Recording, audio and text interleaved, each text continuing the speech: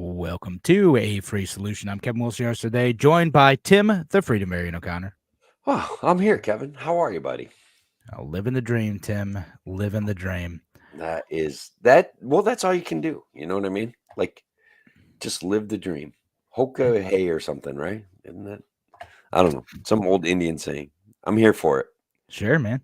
But we got a fun show, guys. We're already getting requests for a fun show. I mean, some of the stuff's going to be interesting. You know how we do it. Like, first two segments, bit more serious. Third one, usually, unless we're on like a long topic, we do something a bit lighter. So Trisha on YouTube says, please make me laugh. I think the whole effing world needs to laugh. Too much pain in this reality. Yeah. She's right, man. This simulation that's being run right now is there's a lot of pain. A lot of pain going on, Kevin. Yeah.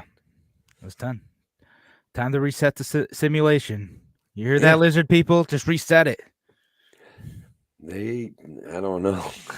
They are resetting it, and I don't like what they're doing. Yeah, Tim's like, no, I don't like this great reset talk. Yeah. There you go. There we go. All right, so have we got our conspiracy theorist stuff out now? Like, have we got to have our system? I don't know. Maybe I do. All right, I mean, last week that was just science. You even agreed. So I don't have a new conspiracy theory for this week, other than I don't know that guy in Puerto Rico. I don't know. Actually, maybe we'll talk about that like either third segment or after the show. Yeah, is it Puerto Rico? I thought it was Panama. It starts with a P, Kevin. How about that? Panama, Puerto Rico. It's all near the Caribbean, right? It's all stored very close in the Freedom Variant's brain, Kevin. The words that start with P. Yeah.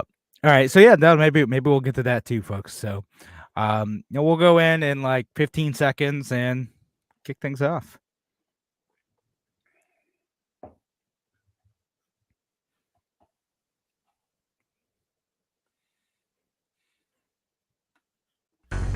Now, an hour of clarity for exhausted people of our nation mired in toxic partisanship.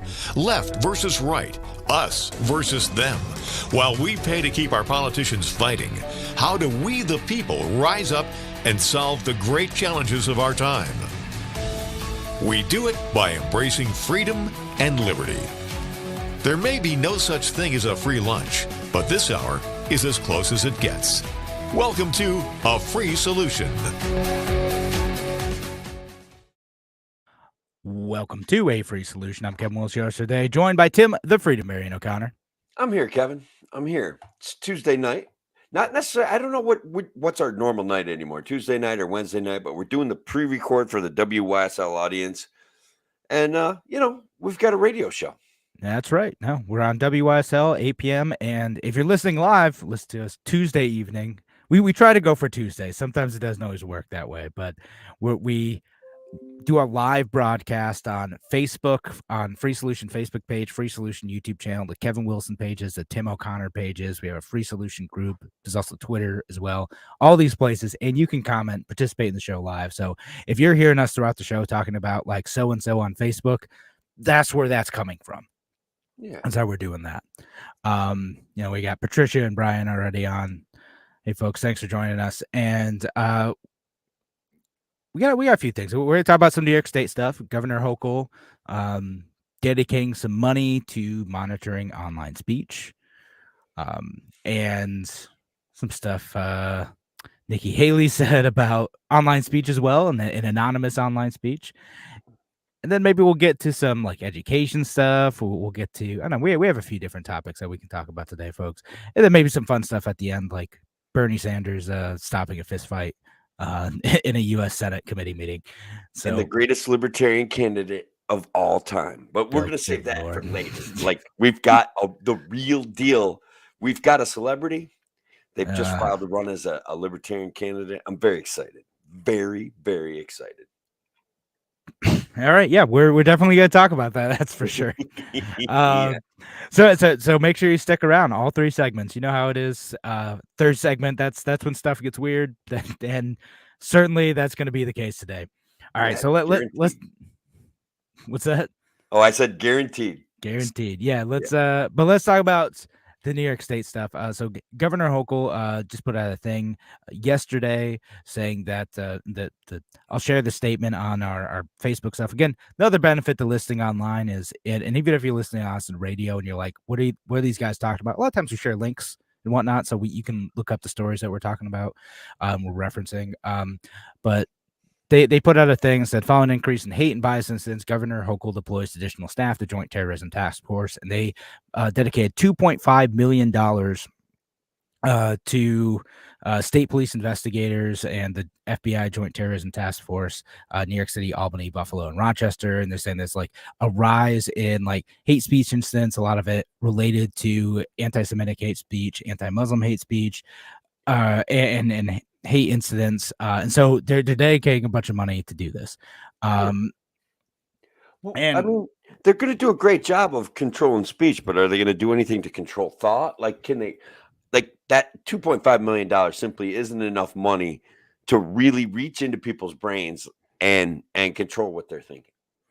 yeah, well, so there's two interesting things about this. Like, so one is like, I don't want to dismiss that like this sort of thing happens, right? Like it does happen. There are jerks out there and people who have like ugly beliefs, and sometimes those folks act on those beliefs, right? Like, so I get that, right? And that's a legitimate role for police to like try to either prevent or catch people who do actual violence, right? Or try Sure. to commit acts of violence. Fair enough. I get that, right? Like the couple weird parts about this is one is like the number of incidents we're talking about are like relatively few. Again, not that it's like worth dismissing completely, but they talk about like anti-Muslim incidents in October went from 0 to 8. That's In an area, it's right. not that many.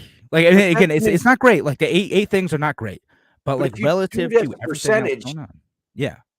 that's an infinite number.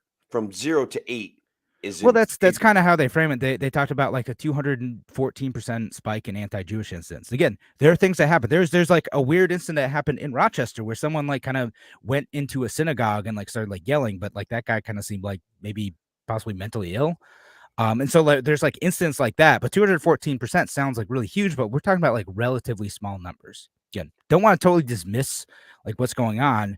Like, but it's a relatively small number of things, right? The part that creeps me out is like, okay, so they take these incidents, right? They take some of the stuff like, some of the protests in New York City, like some people were not great.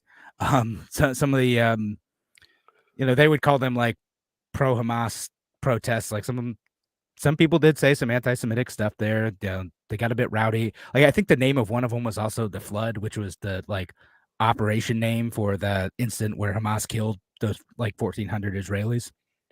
Pretty ugly name for a pro-Palestinian protest. So you're gonna run through Brooklyn? Like, good lord! Like, why would you name it that and then go? Anyway, some people aren't great, but we do have free speech. It's important to maintain that speech, and as long as no one's actually hurting anyone or taking their stuff, it's a bit, they have the right to do that, even if I disagree with it, right? And we've talked about this on campus stuff and other things too.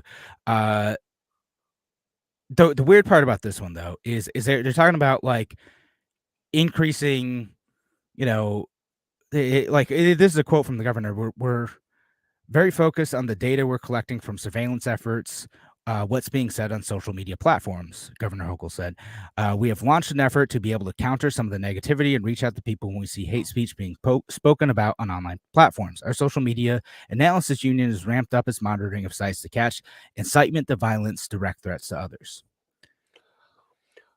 okay. Like incitements to violence. What does that mean? Like, are they're organizing protests anyway? The protests get violent. What are they going to do about it? Like, and that's and like again, that's where I run the concerns. Like, I'm not particularly on board with some of the pro-Palestinian protests, even when I'm critical of the state of Israel. But it kind of seems like you're monitoring like people who are just trying to organize in free speech activity, Like it's like very much veering into that direction. And this is like a concern that happens over and over again. Like this happened with like Black Lives Matter organizing. It happened, supposedly with like Tea Party organizing, things like that too. Like this is a thing government always wants to do. They always want an excuse to say, we're just doing this to make sure that we're catching any incitement to violence, which is maybe not the word. Like there's a very, very limited definition of what incitement to violence actually means. And I don't know that they're actually going to be following it. And then there's, like direct threats of violence. Sure. Right. Like if you're directly threatening someone. Yeah, I get that. But like, it sort of just feels like this is setting up infrastructure that somewhat already exists, but expanding infrastructure to monitor dissidents of a political opinion that Kathy Hochul happens to not agree with. I don't like it. I don't blame you for not liking it. And I think that as we see this world grow, all I can call it is increasingly authoritarian, Kevin, that and Orwellian, right? Like every day we turn around, we see one more. Like we're this subject just scratches the surface. We're going to be our next segment, or later on in this segment, we're going to be talking about another authoritarian psychopath pulling the same kind of nonsense, advocating for the same kind of stuff, where we scare people, where we use the government to shut down conversations, and where we use the government in this authoritarian notion that the government can keep you safe from threats and from your feelings getting hurt. I just don't know where it stops. I guess I'm trying to find and right that's the thing too, yet. right? Like, yeah, it's forgive me for not totally trusting Governor Hochul's reading of the Constitution. Like, just experience has taught me, particularly how she reads things related to the Second Amendment, that maybe she's like interpreting those in a way that's politically advantageous for her, rather than like the constitutionally correct way of interpreting things like incitement to violence, which again is like very, very narrow. Like incitement to violence is pretty much like you telling someone to do a thing and them immediately doing something violent. Like that's what that is. It's go kill this person, go like burn down this building, this specific person, telling them to do a specific thing. Like incitement to violence is a real thing. But that's the same reason why, like, when people talk about like Trump inciting violence, like on January 6th, like it doesn't really work that way. They couldn't quite get him on that stuff, and they probably won't quite get him on that stuff because like it's got to be like very direct. Right. It doesn't stop them from still alleging it and still making the allegation and still pretending on some level that that's what they're prosecuting him for the incitement to riot on January 6th. And so I think that my conspiracy theory that I presented last week, the government is there to control us. They're manipulating us. And I don't know how to fix it. Again, we get into this situation. No, I mean, like the way you fix it is you keep calling it out, you keep telling representative. Like, I mean, like the way I think about like this type of stuff, like specifically like speech type of stuff, right? Because like with speech stuff, like it's such an important but fragile thing, because like everyone, except for like maybe like some libertarian weirdos like us, like everyone kind of like gets to think like, okay, like I'm mostly for free speech, but insert speech that like they don't like, this takes it too far and you shouldn't be able to say this thing or support this group, right?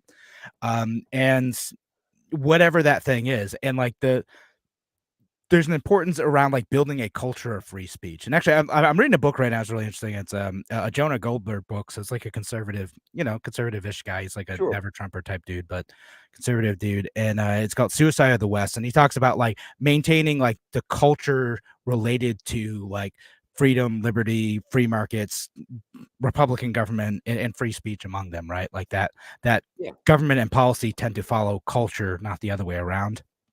And so, like, thinking about this, that's true though. I want to like that's always something that gets said. But when I look at what's going on, I feel as though people are being led down authoritarian paths by kind of like manipulating their identity. We get into identity politics, and I'm sorry, I didn't mean to interrupt your flow there, but I just kind of wanted to jump in. If I mean, like, I think that's like observationally true, like that politics is a lagging indicator of culture, that, the politics and the policies that emerge tend to be like somewhat slower than like culture that has already changed. Politicians like catch up later on, because like entrenched politicians with entrenched ideas are slow to change, because the structure that we have, somewhat makes it difficult for like rapid change in politics, right? For good or ill, right? Like it's both a good thing and a bad thing. Well, I think it's a good Um, thing. The what's that? less they do, the happier I am. No, sure. Well, I mean, but sometimes if you need like positive change, right? Like talking about like something like age limits in Congress and the presidency, like that's not going to change anytime soon because all the incentives of the people in power right now are to not change that. But without getting too far off topic, my kind of overall point is that like a lot of governments, and this is a Republican thing, like we see this in Florida, Ron DeSantis does stuff like this. We see it in New York. Governor Hochul does stuff like this. We see it all over the place. They say, okay, but like this type of speech is dangerous, and it can incentivize it, not incentivize, it can incite violence. It can like generate or inspire people to like hateful actions. And I get it. And when people do that stuff, you should speak out against it. However, like you don't want government setting those arbitrary lines, because the moment you start conceding that, even for things that seem like relatively agreeable. And again, I talked about this with someone on like a local NPR affiliate, like even for things like, okay, like should we like allow a Nazi rally to be in downtown Rochester? I mean, it's a whole like ACLU Skokie question, right? Right. Like, should you allow that? Like, well, I don't like that. No. But like, if you start giving someone that you don't like or someone that you like the power to do that stuff, and then the party switch or shift ideologies or whatever, and suddenly they have this power that's robust and gets used, it can get used against you. That Yeah. same thing. And again, this is bizarre because when I was having the conversation, Trump was president. I was talking to a lefty, and she's like, "Oh yeah, like we got to ban all this stuff." I'm like, "You think Donald Trump is going to have your same definition of what hate speech is? Come on, no way, no way." Nope. Again, do you want Trump using that? No, I don't want Trump using that. Even if you agree with the guy, I don't want him using that because he might bring that against other people whose ideas are maybe not good, but should be allowed, because that space for freedom of speech, that space for liberty is essential to a free society. You can't start chipping away. That is like the cornerstone to me of a free society, is not throwing people in jail for speech. I want to point out that I think that free speech and this concept that you're talking about, where we can point at the left violates this concept of free speech and the right violates this concept of free speech, and to the detriment of everyone in our society, the potential for the other side taking power and using the rules made against them. Yeah. It's it, and they both fail to adhere to a concept of free speech. It's always, well, not that way, like, Yeah. hey, I mean, hey, like, again, the left wingers talking about like the hate speech stuff. The right wingers still talk about like, oh, well, like we need to ban Palestinian protests on campus right now because like yeah. it's really anti-Semitic. No, no, no, no, no. Again, some of these guys are jerks. I get it, but you don't want to get in the game, Republicans, of banning speech on campus that you don't like. That's gonna go poorly for you. Like it's just Yeah.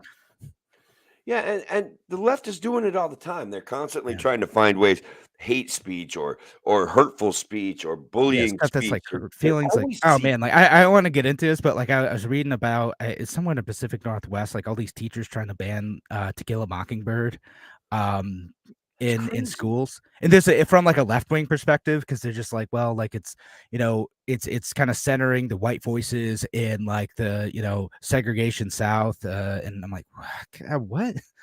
Oh my God, that Like, was if you such a. want to include other black voices and like, different perspectives from that, like there are a ton of great books out there written by like black authors that center black characters. You could do that. To Kill a Mockingbird is also good. Like It's it's also good. It can also be good. Like, it should but not be it's like banned. hurting the students' feelings. It's not like, I don't know, like it's like a whole thing, and that's not like quite like banning stuff, but it's that same direction of like stuff that is on the left ends up being stuff that is too challenging, or like maybe doesn't fully align with my view of the world, ought to not be talked about at all. That's like I used to not be like with this, but like now, like I kind of get like erosion of culture around free speech and how that's important. And I'll still say like private companies can do their thing on Facebook, blah blah blah, but it's still not good. They can do it legally, but it's not a good thing when companies, when institutions like start imposing their values in a way that doesn't allow people to access materials and to exchange ideas. Uh, the free flow of ideas can only be accomplished through speech, and that's a reality. So Yeah. Um sure, let's and take and and money out of it. Yeah, you know, Patricia on YouTube says you can say anything you want, but there can be consequences to your speech, like getting punched in the mouth. Okay, I don't think that's a legitimate response again. Like violence, I don't think is a legitimate response to speech. Like most of the time, right? Like it's I think there's yeah, such a or thing as really fighting words, and I think that perhaps that's what our friend Patricia is referring yeah, to, right? Like if I say to you, "Hey, Kevin," actually, I can't even pretend to do it because that's inappropriate. But like, yeah, there is a level of speech where you're calling someone out, and perhaps we'll get to a story about that later. But yeah. there's a certain reality there. There are consequences to certain types of speech. Sure, I, I get where she's coming from. Yeah, sure. I mean, and there are consequences. Like if you say something profoundly stupid and your employer no longer wants to associate with you, like that's a thing. I get that. Again, like I can like sort of get uncomfortable with like is that like also erosion of free speech culture? But like I work in a place where like clients are sensitive to their own reputations and like they don't want their brand to be associated with someone else, and so then my company might not want to be associated with whatever I'm putting out. Like I get like that's the thing. If I say something profoundly stupid on here, there could be consequences for that, right? Yeah, we And got banned. I get Remember, it. Like, what's that? we got banned for a while. Remember? We did. I was talking about rye bread. That's why, it's Yeah. like Well, Facebook is anti rye bread, and like anti like sharing stuff at parties. Apparently, apparently, I don't. that's That is so weird. I can never follow the community standards nowadays. It's too tricky. I don't know who can. But we're back. But we're back. Yeah, we're able to stream on all the platforms again. Um, but anyway, we got like I don't know, we got like a minute left in this segment. So I don't think we're going to get to the Nikki Haley stuff where she's talking about banning anonymous online accounts. So We should yeah. talk about that though a little bit in the next segment, and we'll get to kind of refer to homeschool, and then we'll get into our fun news segment. So this is kind of going to work out pretty well if you All if you right. think We're about it. we're gonna time it well. We're gonna get it right, folks. So all that being said, we're about to head up on break. Thanks again for joining us here on A Free Solution. Thanks for all the folks that are already joining us in the comments. I know a few of you have put stuff out there. Thank you for being here. We're gonna be back here on A Free Solution on WYSL in just a few minutes. Talk to you soon.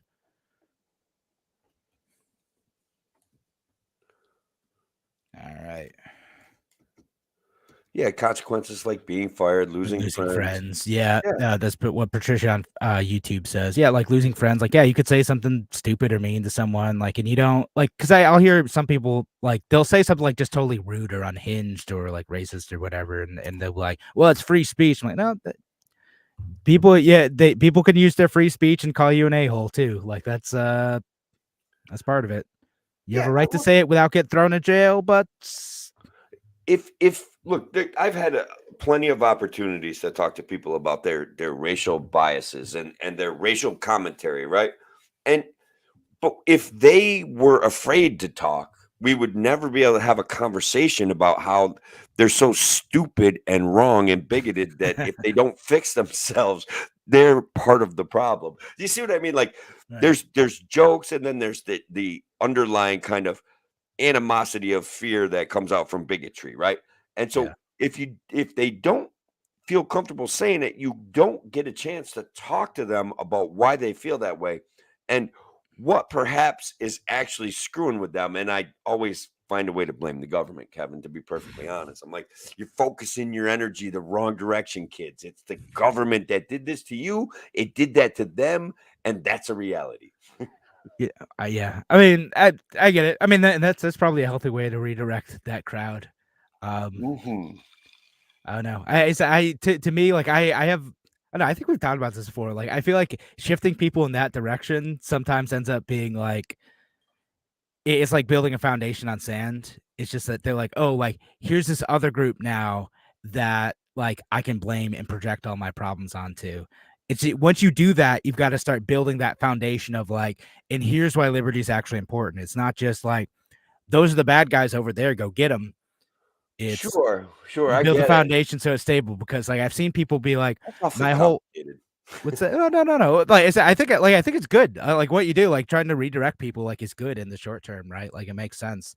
Yeah, It's just and like unnecessary. It's just I've seen some people where like they're like libertarians included, where their whole worldview ends up being like, yeah, everything would be better if the bad guys in government were gone, and that can easily switch to Well, the bad guys in government are really the capitalists. And then suddenly you go from like libertarian to like weird left winger. And I'm sure you've seen that before.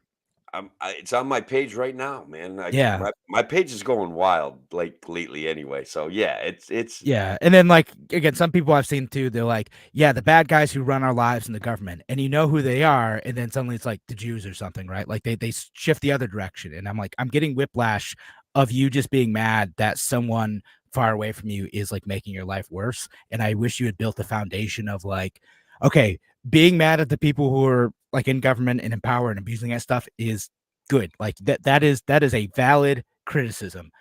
yeah. Let's But build up an alter. Otherwise, you end up like RFK Jr. too. He's like that too. Like the people in power are bad right now.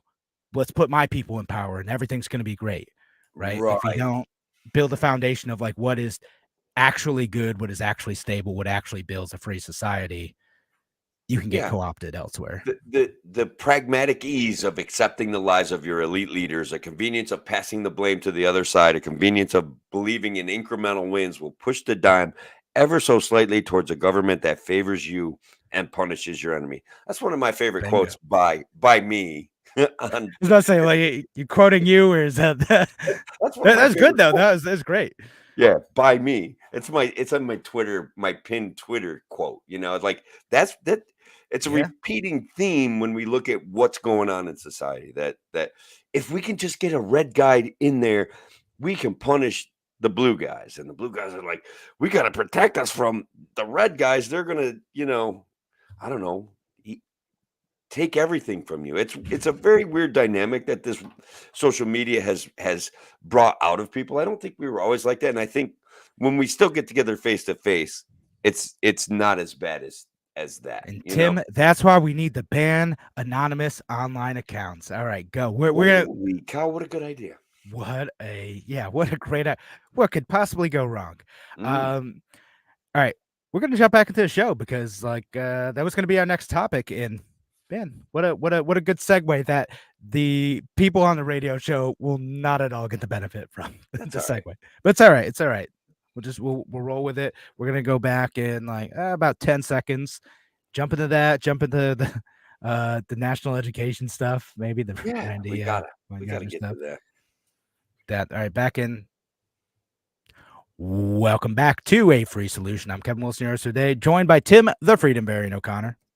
I'm here, Kevin. And do we have a subject? Guys, some of you who are familiar with me, and I believe I've mentioned it on the show, one of my least favorite people in the world is, in fact, Nikki Haley. But she has an idea that I want to put out there. Kevin wants to talk about. We want to break it down for you. She is, if elected government, I'm not sure whether it's going to be some sort of executive order, which based on her behavior is totally going to be an executive order.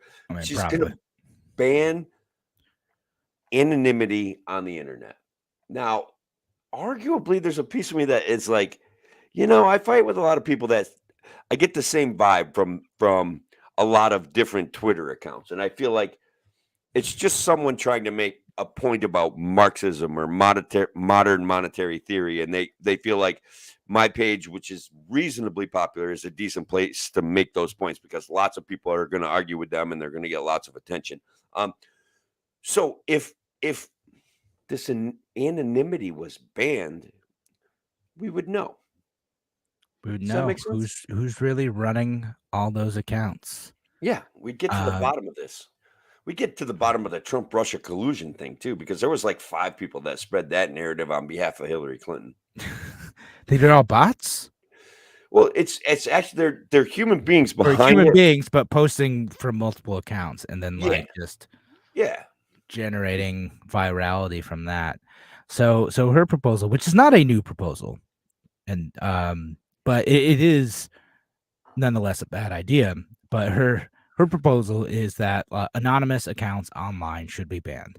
So you can't go into Twitter, create an account with a random email, and just start posting.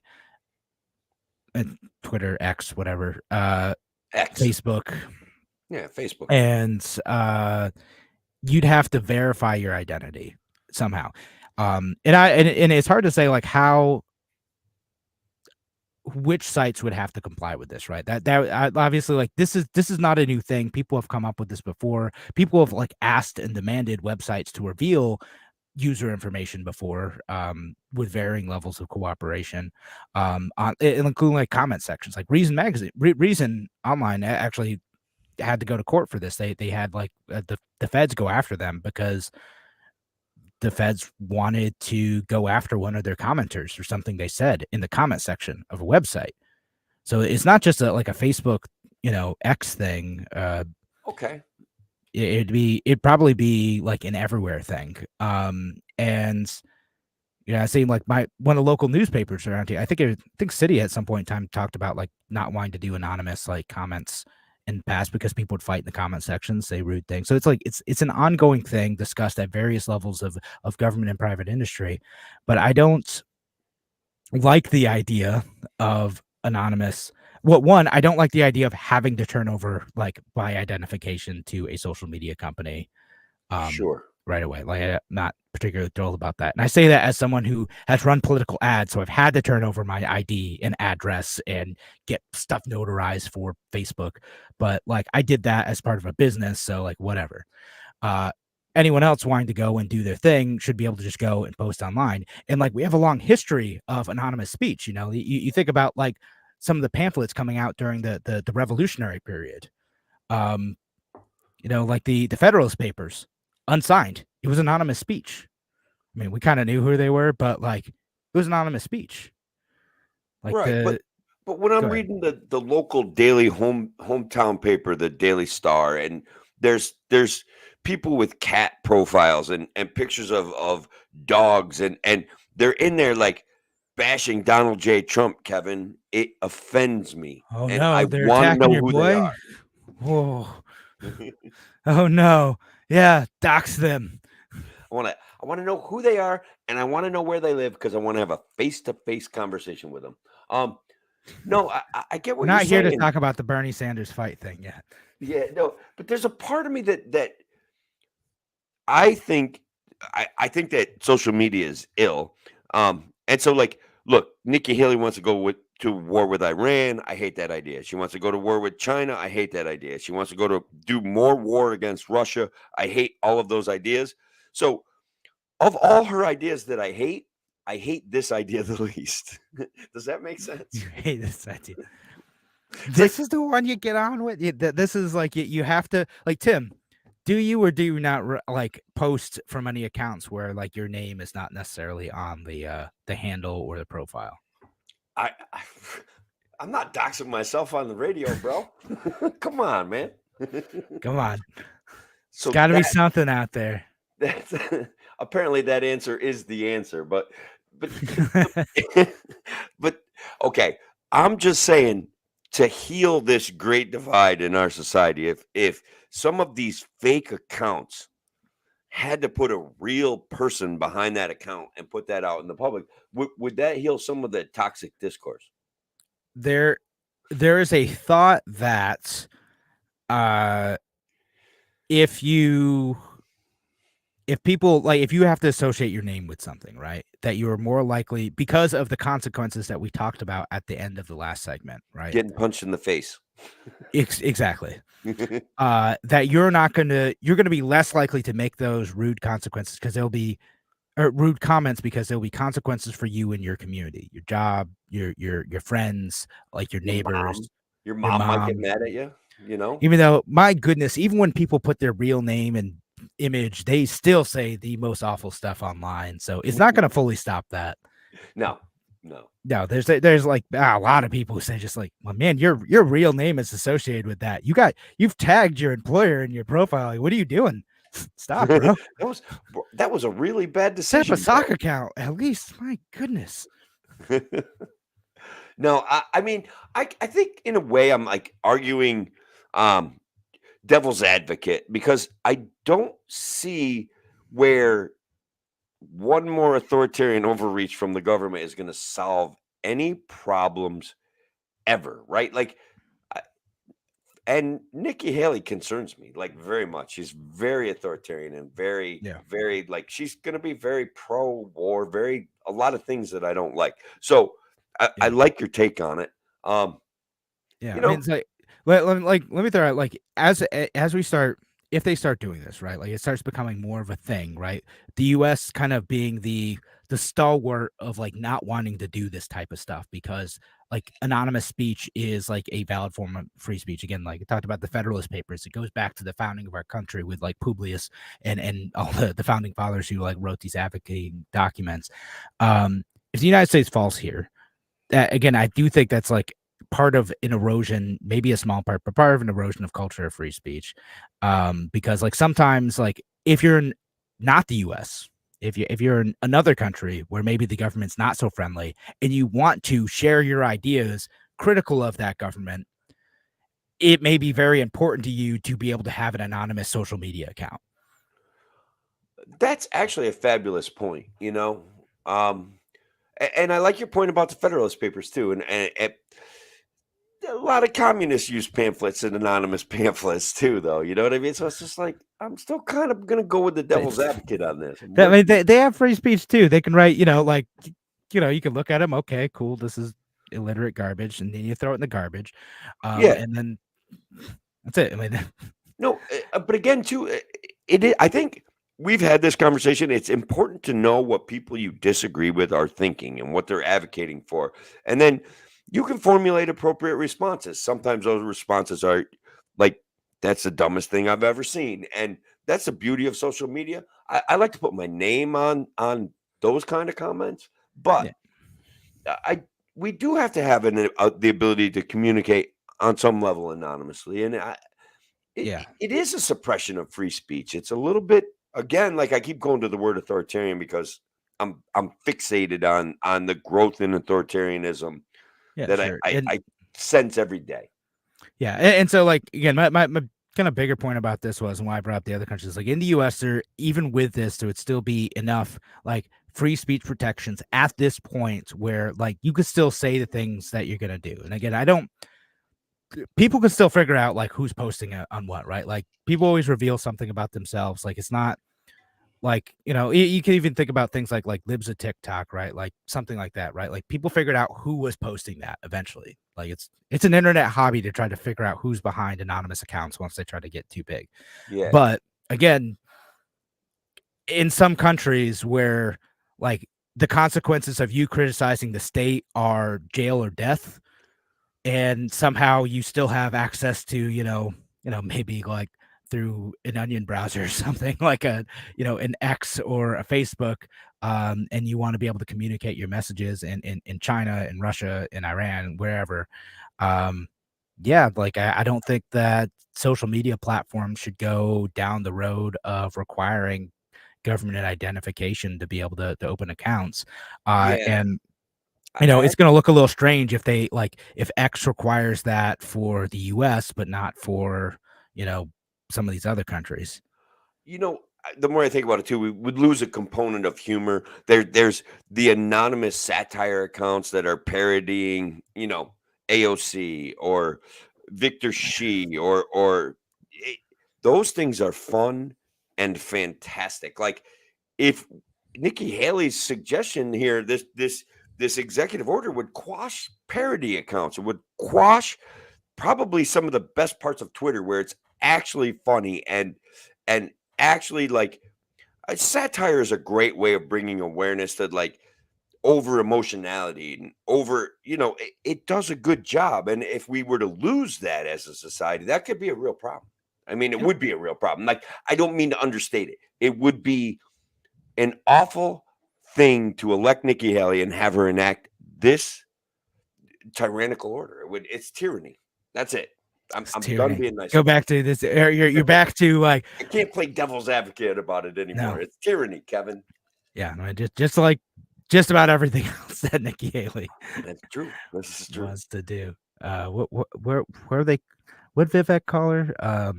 Dick Cheney and 3-inch heels. I don't what? Was it Vivek who said that? I think so. Oh yeah, Nikki Haley was Dick Cheney in 3-inch heels. Yeah. So yeah, yeah. I mean, it that kind of speech would be outlawed under her regime. That's for sure. Probably. And her speech coming back at him was vaguely like a threat. Like, these are 5-inch heels and I can run in them, and they're not just heels, they're ammunition. And it's like, That's a weird thing. Weird what? comeback. Yeah, it was like, what? What are you doing? Like, what was that? Honestly, one of the worst moments in political history, as far as I can tell. It was so. And then she tweeted Tim, it's her gonna be a comment. long year, man.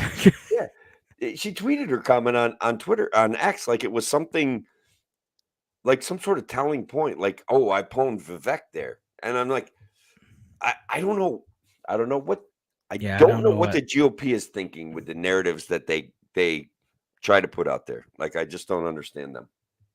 Yeah. No hope. No. Yeah, I don't know. Tim, I don't know that we're gonna get to the education segment. I don't. We Where you get we there? should still do it though, a little bit, and then go into funnier stuff. We'll go in the go into the funny stuff. We got so we'll all right. So we'll talk about we're coming up on break in just a minute, but just to prep y'all for the next segment, give you a little preview of what's going on. We're going to talk about why Randy Weingartner, she's the head of like the National Teachers Union, right? That's what her role is. The Association for the Federation of Teachers or something like that. Yeah, right. So yeah, basically big National Teachers Union.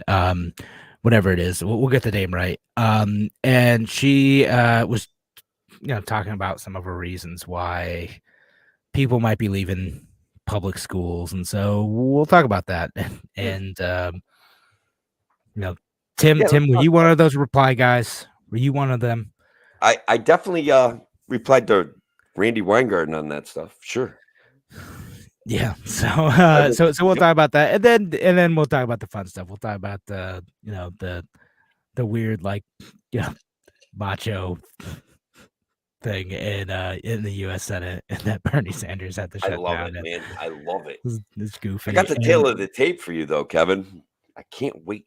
All right, and then we'll talk about the Libertarian Party's newest candidate for Congress. Yeah, we will. Hooray! All right, so thanks again for joining us here on A Free Solution on WYSL. We're going to be back in just a few minutes. Talk to you soon.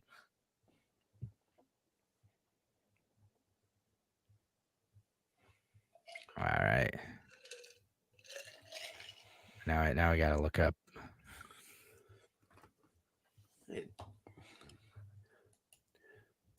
Yeah.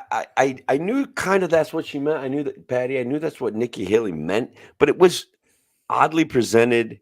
Vivek had really pwned her kind of badly, and her comeback was like, I don't know. She, he's deep in her head right now anyway. Like, yeah, and there's problems with him. But our comment from YouTube, Patricia says, Sharon Osbourne said she always has a weapon, her stilettos. Like, yeah, that's probably what she meant. But I don't like, weird comeback. I don't know, just not to me didn't land. It's odd. I didn't think it can. I was just like, huh? I think mostly people are confused. Yeah. Anyway, what was that? I'm looking up. I gotta look up Randy Weingarten's organization, AFT, American Federation of Teachers. Federation of Teachers. Yeah. But she gets a lot of airtime. Like, she's kind of like a go-to voice on CNBC and MSNBC, and she speaks on behalf of presumptively speaks on behalf of a large federal organization of teachers. Now, I don't feel as though a lot of NISA teachers feel like she speaks for them, but right. Whatever. Yeah, I mean it's one of those things. Like, she ends up being like kind of a national spokesperson for this stuff. Although, to your point, she doesn't necessarily and can't possibly necessarily represent the opinions of all teachers. But she ends up being kind of controversial in that she does strange things like this that I think ends up being an own goal for advocates for public schools a lot of times. Definitely, that's her gig, right? That's how she sees her paid gig. Definitely. And it was kind of famous during COVID for being one of the loudest advocates of keeping schools shut down. Yeah, and then now she's pretending like she never said that. Like it's so. Oh yeah, yeah. I It's forgot dystopian, she's like man. saying like, oh yeah, I never once, said I want to shut the schools down. It's just all over it Yeah, constantly. she was. Yeah, I don't know how people like that keep their jobs. I don't know how that palpable dishonesty survives. Where especially in this day and age where they can say the thing that they want to say, like, oh, I never really advocated for schools to be shut down, and then you could post 20 tweets of her saying, I can't believe they're gonna kill teachers by opening the schools. Like it's just like She like Donald Trump, who also does this. She does yeah, not care. She's just yeah, like, nope, this is the opinion now, and if you don't, you're stupid. Like if you don't yeah. believe that that's my opinion, Yeah, no, that's what I'm saying now. yeah, That's it. End of story. yeah. I changed my mind. But yeah, Donald Trump will do that too. He's like, nope, nope. Who cares? You're dumb. And then they'll mock that. You're wrong. Just You're wrong. wrong. And then yeah. Then everyone complains like, look, Donald Trump lied, and then no one cares. We're kind of like, yeah, he did. It's like, yeah.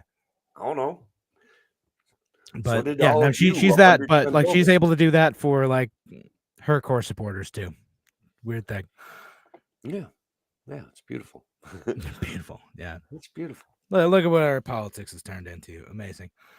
All right. It is weird because we do buy a lot of lying from a bunch of liars, and I don't quite understand it, and I don't know like why people don't want to hold the lying liars more accountable. Like, just get rid of them.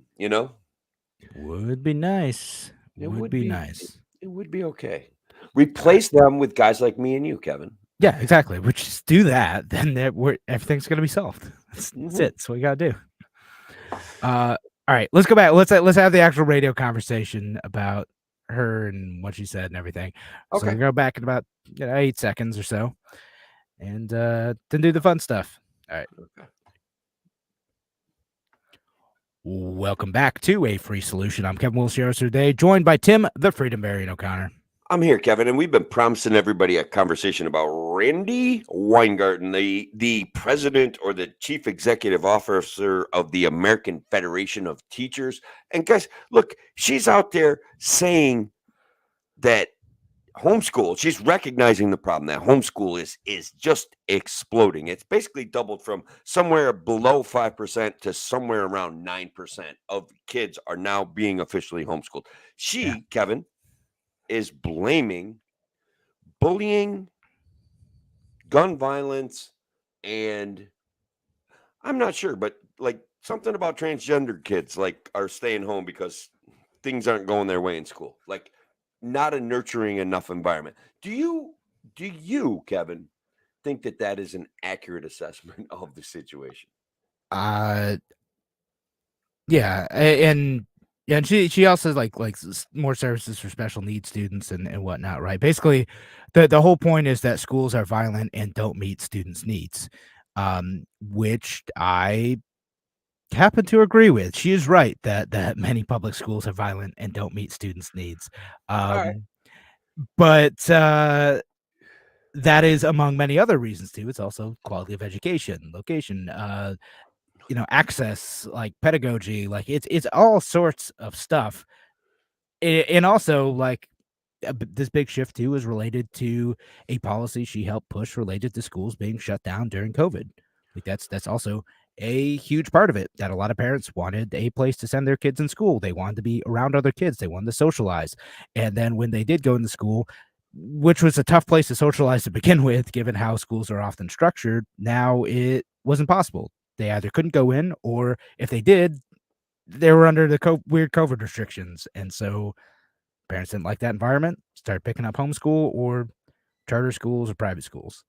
Yeah, I'm going to go with that those things are probably factors on some level, but that there is a much bigger, people are seeing an agendized system or seeing a system that as agendized, which I gotta admit, and especially after COVID, that there's this structure there that does not necessarily put students first anymore. Like, and so it could be bullying. It could be a trans kid. It could be, hey, we've got some values that we are uncomfortable with our local school, like always contradicting. It could be all of those things. Yeah. And it could simply be like our schools are not doing that well against the rest of the world. Like all of those things combined, and homeschooling is going to increase. And unless we deal with all of those issues, most importantly, I think would be providing good educations where kids can be like critical thinking skills, mathematics skills, where we can linguistic skills, where we can count on schools to be providing those things, not politically agendized nonsense. I think that politically agendized nonsense is a bigger issue. That's what I just want to say about it. Yeah, no, I mean, I agree. That's definitely part of it, and a lot of parents are making decisions based on that. They feel like schools end up being propaganda machines, and I like that, Yeah, which is fair. I get it.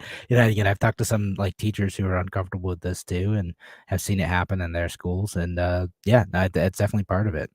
And part of it too, I think, is just it's that. It's also, again, like the quality of the school where you are. Like, again, I think about this like personally in my life. Like, okay, I go to Rochester City schools. I've talked to other parents who sent their kids to Rochester City schools for a while, and they did complain about violence. Like that is a thing, right?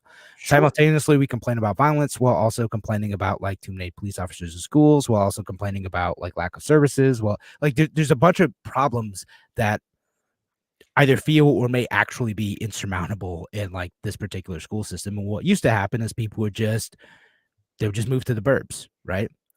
yeah, But the cheaper option, because there's more things available, is now you can find a group to homeschool with, or find a charter school or private school. Like because there's more wealth around for a lot of people, not everyone, but there's more inexpensive and accessible education options that allow you to share resources with others outside of the restrictions of a public system.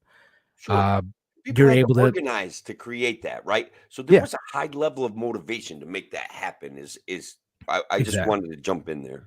No, right, and like the threshold for getting over that, right? It's like some of those resources like existed like 10 years ago. Like they were a thing like a while ago. Why the explosion now? Like, one is it's the politics thing. Two is the COVID thing, Yeah, and then three, because of the momentum from the first two things, there's now more options. Like, if you want to form a homeschool pod, like there's more people who are thinking that way and able to like connect with you and get you the education that like you want for your child. yeah. So like it's a Randy momentum thing.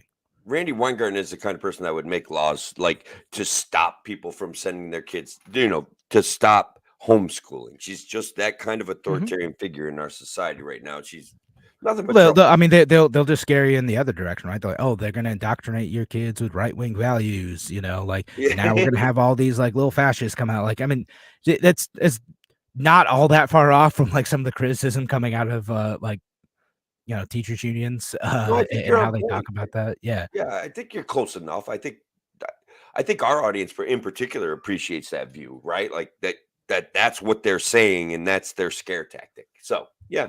Hey, our buddy John's got a great comment out there, a great question.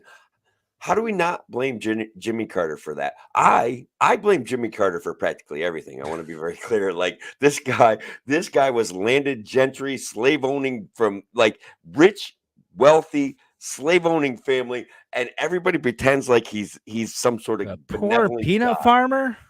The peanut farmer. He was one of the biggest lies in modern politics. He's and look, I know he's done good things with his life. I don't begrudge him his family history, but still, what a show that guy put on with the help of the mainstream media back in the 70s. It was just amazing. Like whatever. The misery index that guy, I don't know. It is so funny, like, because I can't get that animated about Jimmy Carter, but like when you talk about him, when like Bob Savage talks about him, like the guy from WYSL, when Sure. when he talks about him, he's like, man, that guy is like just the worst. He's on like, I got a shirt from WYSL at one point. It's like Mount Worstmore, and he was one of the presidents on it. He Uh, should have been. I, You I still have that shirt somewhere. I know where it is, but Well, Bob and I experienced them when we were children, right? and his sad sack misery index and his like we're running out of oil narrative and like him putting on a sweater in the Oval Office to kind of help us all like deal with the oncoming winter. It was like, oh my God. See, I'm cheap. I'm the guy in my household being like, you know what? We can put the heat down to 58. We'll be fine. Put on a sweater. I'm gonna save like $30. Sure, that's a personal choice, which I respect and have also lived that. But when Jimmy Carter was doing it as the president of the United States, it was one of the phoniest, most contrived things that I had ever seen. And I'm like 7 years old watching this guy going, oh my God, I can't take it. Like it was like that. It was Tim. He deregulated the beer industry. Jimmy Carter gifted us craft beer. Well, he didn't give it. He got the government out of the way of craft beer. He look. I'm sure if we go through his record, I could find a couple other things that I'm like, okay, I don't hate him for that. Deregulated the airline industry. I mean, he did a bunch of other garbage too. Like the criticism of him is pretty fair in a lot of ways. He did like those two nice things, and I'm not mad about the sweater thing. But like, yeah, there's the Department of Education stuff, and you know, yeah, it's haunting us today. So, but I think we've talked about it enough about this. I think we got to talk about Bernie Sanders and the power of his I don't know, his domineering personality. He prevented full-scale violence on the floor of the Senate, Kevin. Well, it wasn't the floor of the Senate. It was a chamber, but whatever. You know what I mean? Like he stopped the fight. He stopped the fight.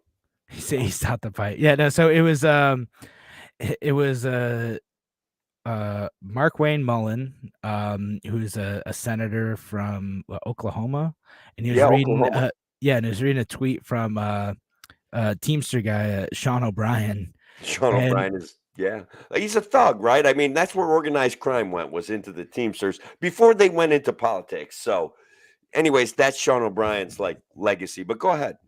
Yeah, well, basically, like he challenged him to a fight. Like the Teamster guy challenged this U.S. senator to a fight, and Mullen's like, "All right, we'll settle things right here, right now." Look, I want to.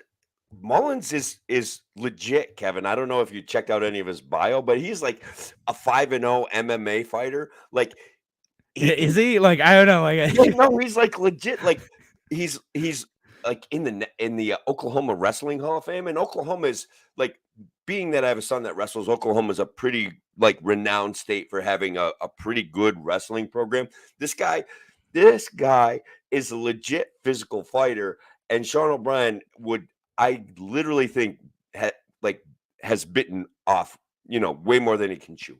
So, and look, Mullins is like, look, we'll do it in Oklahoma at the Civic Center. We'll donate the proceeds to charity. I think people are going to want to see it, but I will fight you anywhere, anytime. And then, of course, he did some sort of flex with 87 guns in the back of his truck, which was kind of weird way to offer to fight someone physically. But other than that, I love it. I love it. Well, no, but like they're talking about this, like this, like this exchange, like that started kind of on Twitter. It sounded like, and he read him a tweet from this, and then it's like, yeah, you want to do? Let me see if I can. I'll see if I can share the clip of it. But like, he's like, you want to do this right here, right now? Come on! And he stands up and he does. They're in like a Senate committee meeting. Yeah, but Bernie Sanders put the kibosh on it, bro. He did. We can be two consenting adults. We can finish it here. Okay, that's fine. Perfect. You want to do it now? I'd love to do it right now. Well, stand your butt up then. You stand your butt up. Oh, hold on. Big guy. Oh, stop it. Is that your solution? Every poll. No, sit down. Sit down. Okay. Standing up, he's taking off his ring. Active. Oh, okay. Sit down, please. All right. Bernie Sanders having none of that. And Bernie Sanders shut it right down. So that's a credit to Mark Wayne Mullins, because honestly, no offense to Bernie, but he couldn't stop Mark Wayne Mullins if he wanted to. You know what I mean? Yeah, right. I mean, Bernie Sanders probably not going to physically get in the way of this guy, but he's just like, you're a senator, for goodness sakes. Which is fine. Like, that was a legit act in a Senate hearing, as far as I'm concerned. Like, look, and it goes to our free speech thing, like, and that fighting words issue that I brought up. Like, if you're going to issue fighting words and you want to back them up, and look, to give Sean credit, even though I don't think he's a physical match, he may outweigh Mark, because Mark's not that big of a dude. I think he's like 5'3".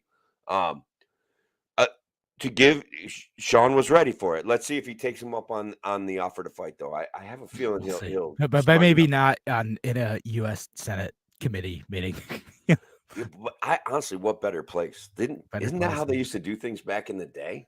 I mean, really, it was just. Oh my goodness, I'm gonna forget who the U.S. senator was in the 1860s who was caned on the floor. Oh, we had Massachusetts senator. Oh, I'm gonna forget it. It stinks, It's but okay, like I forgive you because I don't. there's not too many fights outside of like him and I don't know, maybe Andrew Jackson probably fought someone. I'm sure Yeah, maybe Abraham Lincoln too, yeah, sure. but not. I don't think on the floor of the House. Like he just, you know, he was just kind of a pugilist. I do like that they did kind of both respect Bernie Sanders' authority in that room. I do think that they did, even though some of their Charles behavior was Sumner. inappropriate, it was almost okay. Like they respected Bernie. They went back to business. They did offer to fight each other, and they had it coming. Like that's it. I know it's goofy. I know this is part of the I don't know continuing circus of Congress. Half the time, Yes. although to be fair, other like parliaments around the world, they have actual like fist fights. Like it's like it Yeah. is not a common thing in the U.S. And I think it's actually a good thing that we don't like routinely devolve into like beating each other. I don't know, Kevin. There's a candidate for I can't remember where Arizona, the 8th district, who I think if he gets elected, he is going to bring back a certain level of physicality to the House of Representatives, and he's running as a libertarian, Kevin. It's beautiful.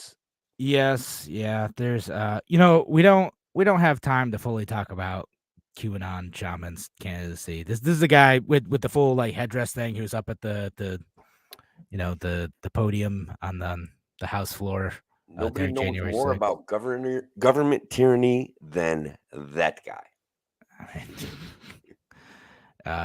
Yes, that distinguished gentleman, which is something they'd have to call him if he were elected. But Yeah, all right, recognize the gentleman from Arizona. The distinguished gentleman from Arizona with the horns. Like, look, if Fetterman can dress in basketball shorts and Why a not? hoodie, It's just clothing anarchy. yeah. In the Senate and the House now. So why not? All right. That being said, we are out of time for the WYSL show. Thank you so much for joining us, WYSL audience, online audience. We're gonna keep going a little bit. We got a couple other things to talk about. Have a good night, folks. Take care. Yeah. Let's say I'm maybe less excited about QAnon Shaman's candidacy, Jacob Chansley. Yeah, but does he call himself the QAnon shaman, or is that just the mainstream media That's denigrating? that's the I don't know, maybe he did embrace it. I feel like he embraced it a little bit. I would.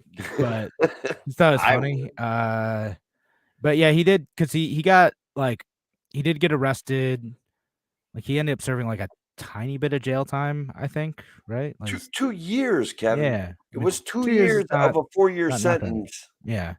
and like he got this mercy release right around the time Tucker released a video of what his experience was. Like they had lots of cameras on him a lot of times, and I don't even know what he was convicted of, to be perfectly honest. But he was a peaceful protester. He walked a lot of situations back where he was like, "Hey guys, let's all just calm down," like we don't need to be breaking stuff. He was that kind of guy, and they still like prosecuted him. I'm not a big fan of the whole January 6th prosecutions, Kevin. You know that.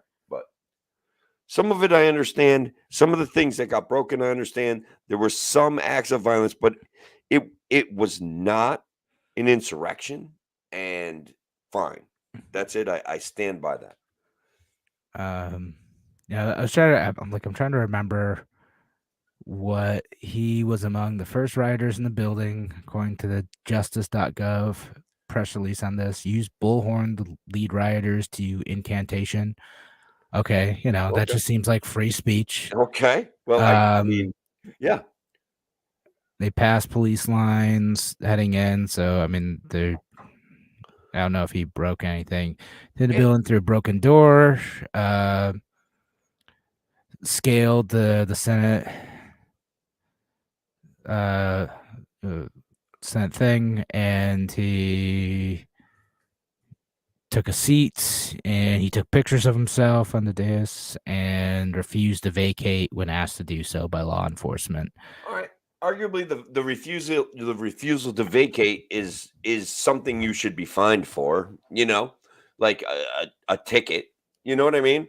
Like, unless you physically refuse to vacate, like refusing an order, like hey, I'm protesting, right? I'm sure Well, Rashida yeah, like Tlaib. I mean, you do that at like the governor's mansion, and it's a planned thing, and they just like say, "Okay, cool, thanks." Yep, stay down there in the You lobby. got we're gonna charge you with active disorderly conduct, and Yeah. he was one of the guys I think they made a bit of an example of. Like he's acting like I don't know, sorry, he's acting like a jackass. Like it's what it was. Look, like I told you, I had a buddy who said, like, I left at 11 o'clock that morning. Like people were getting rowdy. He's like, I was there. He a big fan of Trump and all those things, which is fine, right? Like I'm not, but he's like, things were gonna get weird. I knew it. I went home. You know what I mean? He's like, Yeah, no, I've talked to other people who were there too, and they kind of said the same thing. They're like, um, some people are getting kind of rowdy. You know, they told me it was like all Antifa getting rowdy. I was like, no, it wasn't just them. yeah, It's also the feds. No, yeah. But There were feds there. So look, where did it go? Oh, sorry, Brad. I wanted to cover this one. Our buddy Vince is out there again tonight. Thanks for being here, Vince. Politicians lying is constitutionally protected free speech. I know, but I hate it. yeah. And Patricia found out. I was reading the whole press release. Like, what was the actual charge they used? Obstructing Congress certification of 2020 vote, which Yeah. sounds right. So it's probably like refusing a lawful order, trespassing, and like part of that, obstructing the business of Congress or whatever it was. But yeah, I'll share that. I'll share the Justice Department press release for that if anyone's curious. But yeah, on the Vince point, yeah, I got a screen share if I can get it up here ahead, correctly. Can you hear me? I can hear you. You can. All right. I did something to my computer. I'm trying to do a screen share of Mark Wayne's. It's pretty funny. It's kind of a little over the top. I think you guys will understand it once I get it up here as to why it's like. This. All right, I'm back. And remember to describe what's happening for our podcasting audience. Correct. All right. So Mark Wayne Mullins is the guy Kevin and I were talking about earlier who challenged Sean O'Brien to a fight on the floor in a Senate hearing, which Bernie Sanders managed to quash. And so, anyways, this is what he posts. Let's do it any place, anytime, with like 47 guns in the back of his truck. I'm not like, like, all right, that's a little bit overkill. Yeah. And unnecessary, right? Like if he's going to physically fight this guy, we don't have to have guns there. But it's still kind of funny, and it still probably appeals to the people that elected him, you know? Oh yeah. No, I mean it's definitely something I'm sure his constituents would appreciate. But yeah, if you're gonna fight him, you don't bring the guns. You just fight him. He'll fight, dude. I think he'll wreck him. Like I gotta be honest. I think that just even five wins in a MMA situation, a professional MMA level fight, is pretty solid. So then I've got one more screen share I want to show. All right. And this is the response to his posting that. And I just like, I'm not necessarily advocating for him, but he is I do want to point out that the toxic kind of partisanship that happens on Twitter. Here he is, right? This is him looking like a scared rabbit, and that's sort of kind of one of those pictures of opportunity. But where he is like in between the security guards that are pointing guns at the door. He's about 7 feet from the door. Now, to the screens left as I'm look or to the screens right as I'm looking at it, there's literally 47 senators crawling around under the floor, actually hiding under seats. This guy is prepared to take on people that come through that door if they get past the security guards with guns. Like, to insult Right. him for where he's at right here, I No, I mean that felt seems pretty reasonable. All right, so he's up there, he's undercover because he doesn't know like exactly what's coming out or right. whatever. It's makes sense. Yeah, I mean But that's not as you unreasonable. yeah, as you travel to the right, as you're looking at that, that's where the Senate kind of travels down towards the podium area. And that's where all the rest of the senators are hiding, actually hiding under seats. Like, this guy's prepared to offer backup to the security guards if things go poorly. I just like wanted to point that out to our friends. Like, I'm not saying he's the greatest guy in the world. I'm just saying, like, this guy legit is one of those brave souls that would take people on to protect his friends kind of guy. You know what I mean? So Yeah, right. that's what I wanted to be clear about, because he's taking a lot of heat because of that gun. Well, arguably I get people making fun of him for the gun thing, but I just Yeah. want to point out that picture right there shouldn't be the tell-all story, Yeah, no, I agree. That's fair.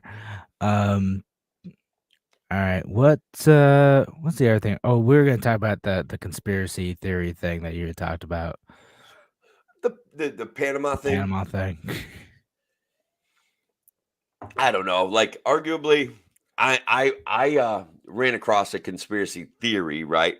That the guy who shot two people blocking the road in Panama, the people doing the protesting shouldn't necessarily be just dismissed as environmental protesters, right? Like, Mhm. we when you hear environmental protesters, everybody who's kind of halfway normal gets this picture in their head of people gluing themselves to roads and people blocking traffic in Manhattan. There are things going on in Panama that arguably the entire country is protesting, right? They're strip mining copper. The government is, you know, using their version of eminent domain to take people's property rights and to steal mineral rights from people. So, arguably, to call those people climate protesters, I'm not sure is accurate, because the conspiracy theory that, as it was presented to me, was that people are protesting the Panamanian government and the copper miners for the theft of property, for stripping the environment, for taking people's, Mhm. livelihoods, their homes, all for the sake of copper. Now, here's where it gets even better, right? Like, so Right. So two, like, I'll separate like all that stuff to me like sounds reasonable and well within the scope of like stuff that has gone down in Latin America over the last 150 years, yeah, right? but Like, hey, companies come in, they try to use legal loopholes, bribes, like all sorts of shady stuff. Sometimes like perfectly above board, sometimes shady, sometimes outright violence, in order to be able to monopolize or extract a resource and take everything out and not leave any benefit or support for the economy in that country. I get that. Like that's well trodden territory for Latin America. Like it's okay, just a so thing. so I got excited because that all made sense to me too, based on my understanding of the area, the things that I know governments do, the things that politicians stealing people's property rights has long been an issue for me.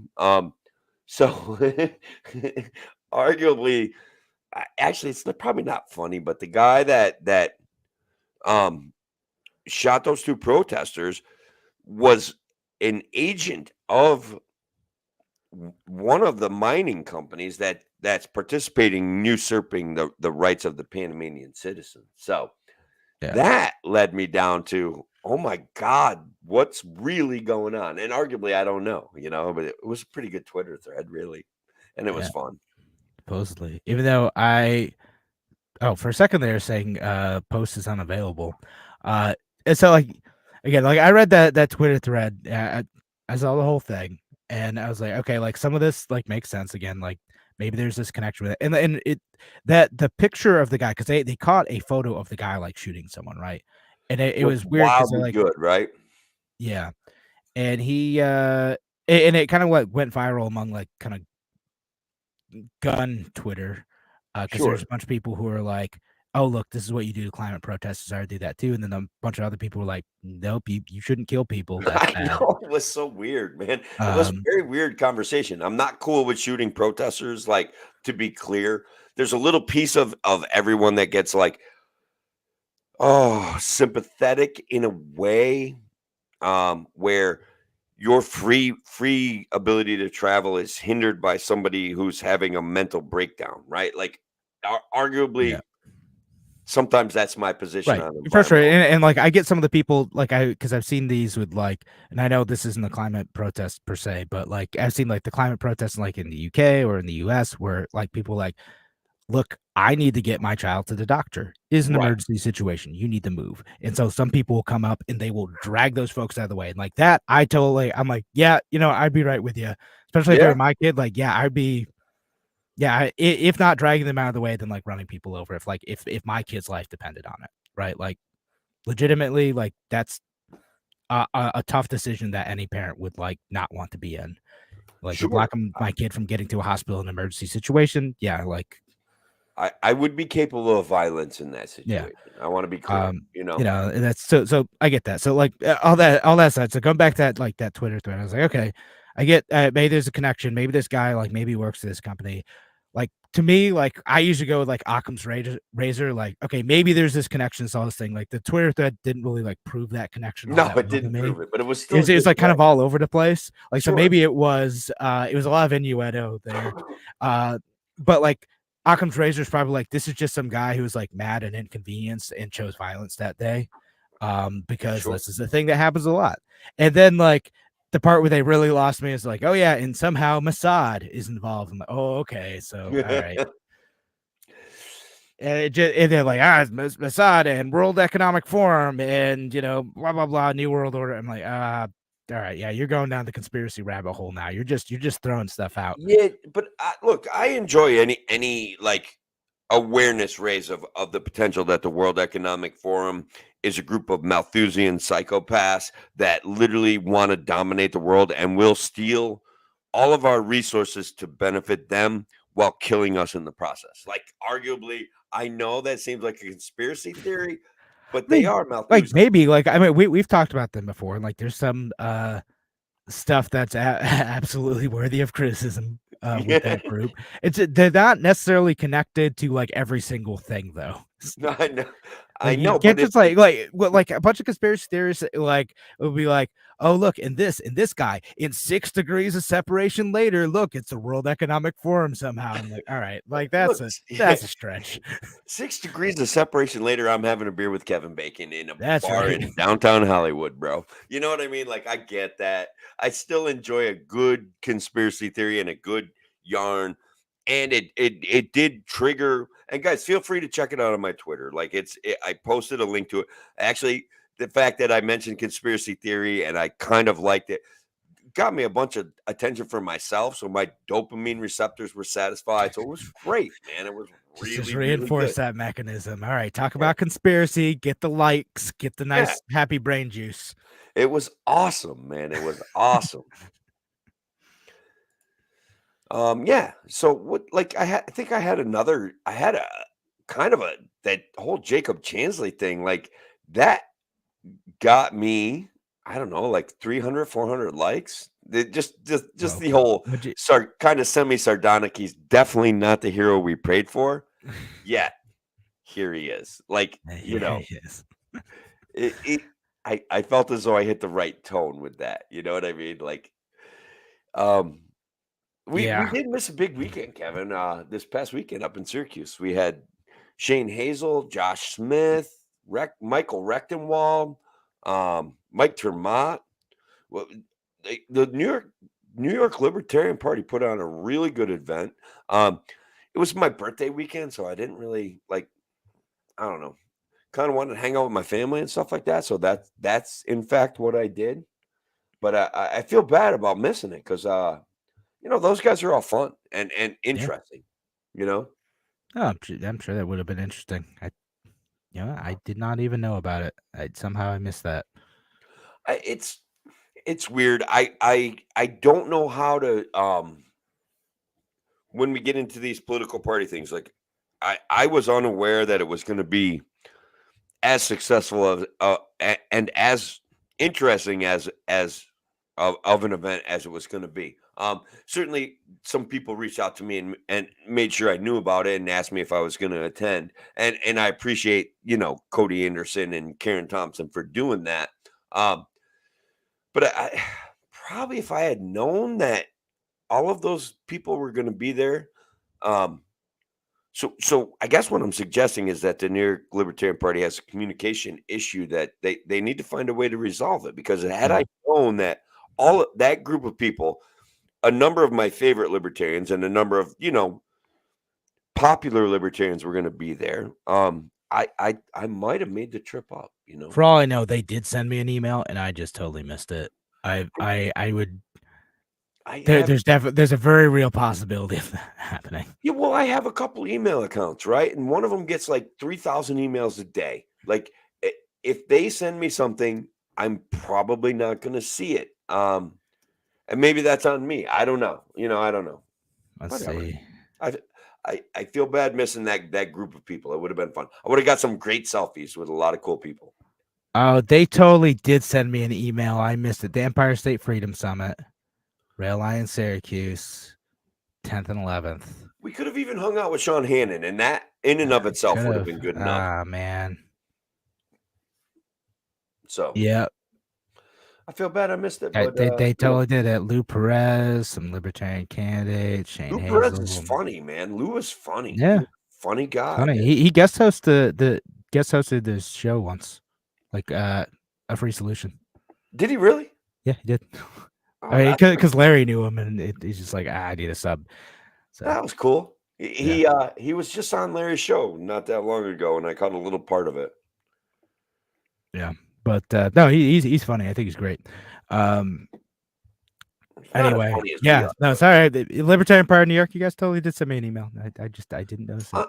Honestly, we could have advertised it for him or something. Like if they kind of had, I don't know, like somehow made us more aware, I guess. Like, I don't know that it would be on us. Me and you are doing a radio show, right? Like, that's our contribution to libertarianism. We would have helped at least spread the word a little bit, Yeah. I don't know. Bad. Yeah, to talk about what on my radar. I had other stuff on my mind last week, fortunately. And I was in Syracuse anyway, but unfortunately for a funeral. So it was just yeah. But anyway, I think it's time to call it a night. It probably is. We've covered it all. We sure have. All right. Thanks so much for listening, folks. Have a great night.